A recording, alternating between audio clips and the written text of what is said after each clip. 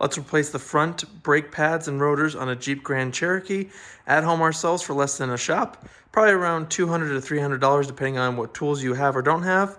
Let's get started. Let's go over the tools and products you'll need for this job. No sponsorships or affiliations with this. Ratchet, torque wrench, hammer if you're going to be removing the rotors and replacing those. I like to bleed the brakes just a little bit so we're not putting that old fluid back in. So here's a homemade one, just a bottle and some flexible tubing. Brake clean, Loctite, brake lubricant, silicone paste, anti-seize, and a little bit of brake fluid. Of course, some pads. Make sure you get front pads or back pads depending on whatever your application is. They are not the same size. Some pliers with some hosing. I'll show you why that matters later. Wire brush, some little picks, light, and extension. And then just 3 sockets. An 11, which who knows why Jeep would ever make you buy an 11 millimeter hex, and a 21 and 22 screwdriver, 11 millimeter wrench, and some C-clamps. And of course, if you're doing the rotors, 2 rotors, because you always do these in pairs. I'm all about saving money, but sometimes saving time is just as much worth it. So I like to use an impact gun. This is a cheap quarter one. It does the job perfectly. Jack, floor jack, I guess you could say. 2 jack stands. I like to use 6-ton just for their height, and then some wheel chocks. And how could I forget a humble bucket or something to rest your caliper on to keep some relief on the brake line. Everything will be linked below that I used. Make it easy for you to find. Put wheel chocks on both tires since we'll be moving the front end. Apply the e-brake. Now we'll lift the front end. Get the wheel up enough that the wheel is off the ground and place your jack stand underneath the jacking point, which is usually the pinch welds. Once it's resting on the jack stand, I'll still keep my floor jack just touching the frame as secondary insurance. Let's work with the car, so I'll turn the wheel inward so we can reach the bolts. Then remove the 5 lug nuts with a 22 millimeter socket. If you're using hand tools, make sure to crack the lugs loose while the wheel is on the ground or it will just spin. You can put your wheel underneath the car while you work, so if your jack does fail, you'll have another layer of protection. To remove this caliper clip, I just wedge a screwdriver in here, pull forward, make sure you're wearing safety glasses because this is spring loaded, and then it should just kind of come out. There you go. I'm going to replace these old rotors. I have a slight vibration when I brake, so these are a little bit warped. So you don't have to do this next step if you're just going to replace the pads, but since I'm replacing the rotor as well, we need to remove this entire caliper assembly. So we'll remove the 2 bolts in the back here. Let's remove actually these caps.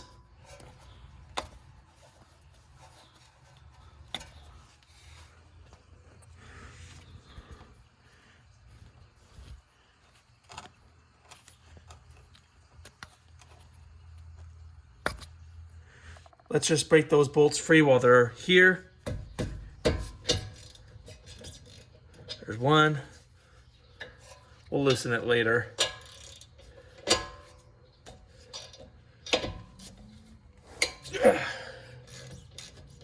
Perfect. And that's it.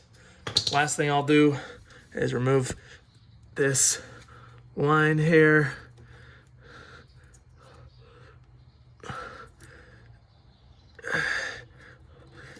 Like that. Now we can remove the bracket. Here's the first one.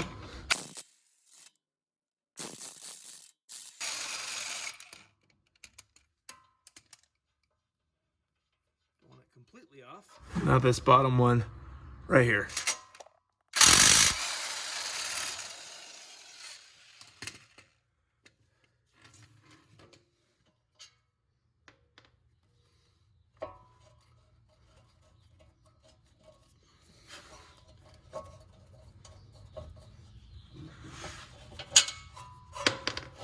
Now this whole thing should come right off.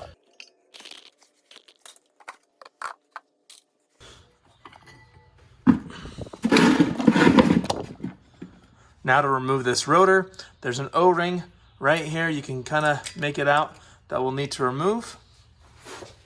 So I like to use something not too sharp, just to wedge in there. And come underneath, something else. And then just like that, pull it off. Now, try and pull it off. No luck. So then we can use a hammer, tap around here to break it free. Try not to hit these studs.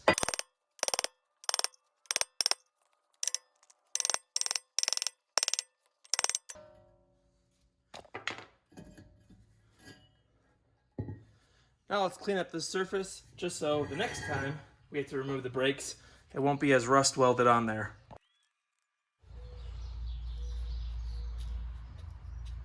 With a clean hub surface, I like to apply a thin layer of this anti-seize just so the hub and rotor aren't as difficult to separate in the future. Rotors are shipped with an anti-rusting coating like Cosmoline that need to be cleaned off. I like to clean off just the back side first while it is still in the box with brake clean. You can see some of the oil coming off. We'll get to the front later. The nice thing about this O-ring is that it helps to keep the rotor in place. To make it even easier once we mount the caliper back on, I'm going to also hand tighten the lug nut on too. Now we can clean the front with brake clean. With the caliper off, we can remove the pads. This one on the outside was definitely getting close to the end of its life. To remove the caliper itself, we'll now remove the two 11mm hex slide pins. You might have been able to already tell that my pads did not wear evenly, so we'll want to make sure to clean and lubricate these pins well to avoid this issue in the future.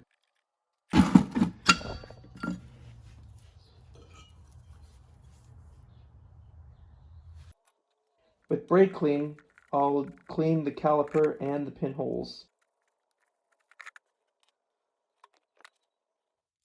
Since the pads have worn down against the rotor, the caliper piston needs to be pushed back in. You can just compress it, but I like to remove the old fluid. Eric the Car Guy's trick is to just clamp the brake line with some hose line pliers, crack open the bleeder with a 10mm wrench, and use a flexible tube at the end so you can push the old fluid out without introducing any air into the brake lines. Pretty nifty trick.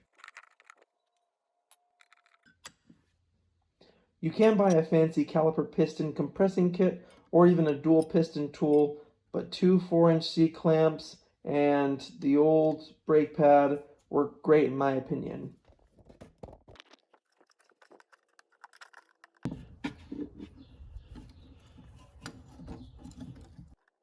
We'll just compress each side of the piston a little at a time and let the pressure from pushing the piston back in flush out the old brake fluid. It's a good idea to check your master cylinder to make sure it doesn't run dry, but as long as your fluid is midway between the max and min lines, you should be fine, but it doesn't hurt to check.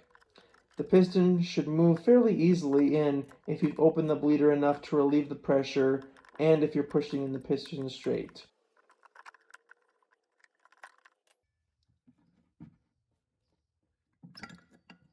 And just like that, we're ready for the new thicker pads.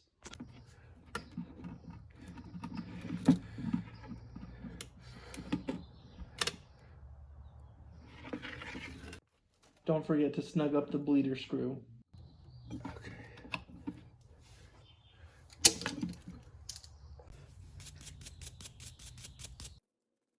For cleaning the caliper slide pins, I just use a wire brush and then hit it with some brake clean. They should be clean and rust free. Don't worry, a bench grinder with a wire wheel is on my wish list. If they are pitted or otherwise corroded, it's better to just buy a $5 replacement, see the link below, than ruin your expensive pads. Look at the difference. This is why doing it yourself matters, because you can set the quality of the repair.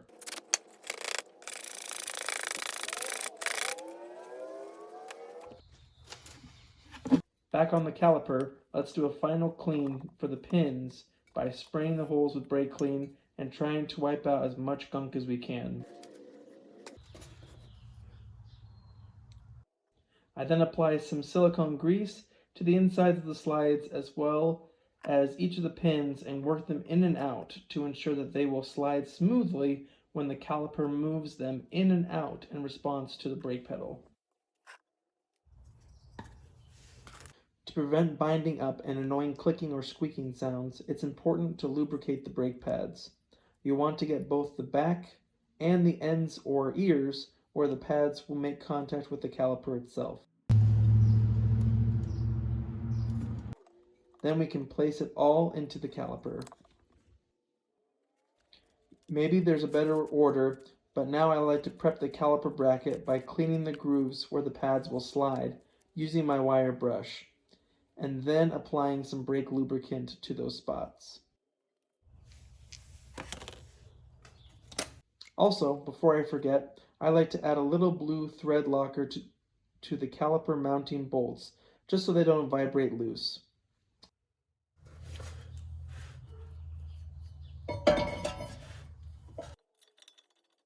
Now time to loosely mount the caliper bracket. Then we can also lubricate the outside pad in the same fashion as we did for the inside.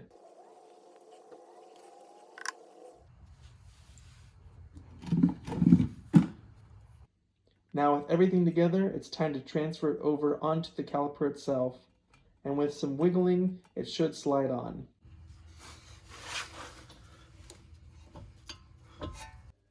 We can tighten up the caliper slide pins. These are much easier to access and work on than the back pads, so if you haven't seen it already, check out the video I did replacing those in case you need some help. The two caliper mounting bracket bolts gets torqued to 125 foot-pounds.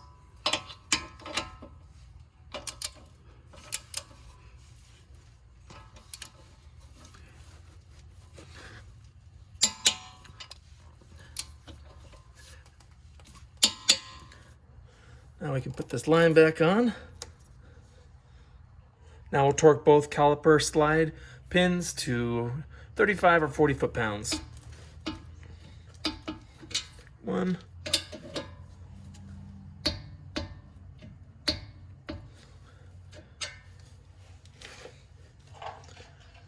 Then we'll put the caps back on. Now the anti-rattle clip, I just get one side in, so we'll do the top first. Get that ear on top, and then hold it in place. Sometimes you might have the ability to just kind of work it in with your hands, but let's just use a screwdriver to send it home. Like that. Should be nice and tight. Now we're almost done, but take a look inside your caliper, especially if you change the rotors. Look how much gap there is between there, the pad on the right, and the rotor. If you were to start driving, you would not have any brakes. So let's go pump the pedal and close that gap. Yep, no brakes. And now look at that. One pedal and they're already nice and firm. Now after a few pumps, you can see how much less room there is between the pad and the rotor, as it should be. And you'll have lost a little brake fluid, of course, so let's make sure to top that off. The cap tells you to use .3. Also check your owner's manual if you're unsure. So I have some .3.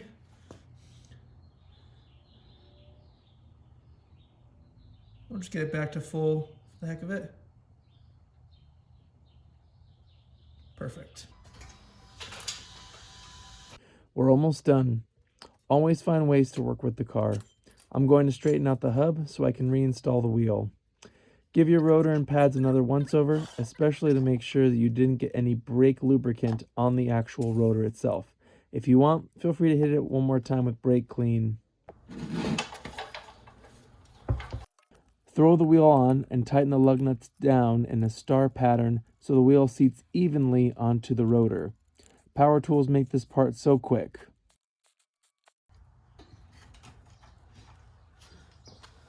To torque the lug nuts to 110 foot-pounds, slightly lower the wheel so it won't spin, and then torque in a crisscross pattern. I like to go around just another time to make sure everything is still snug.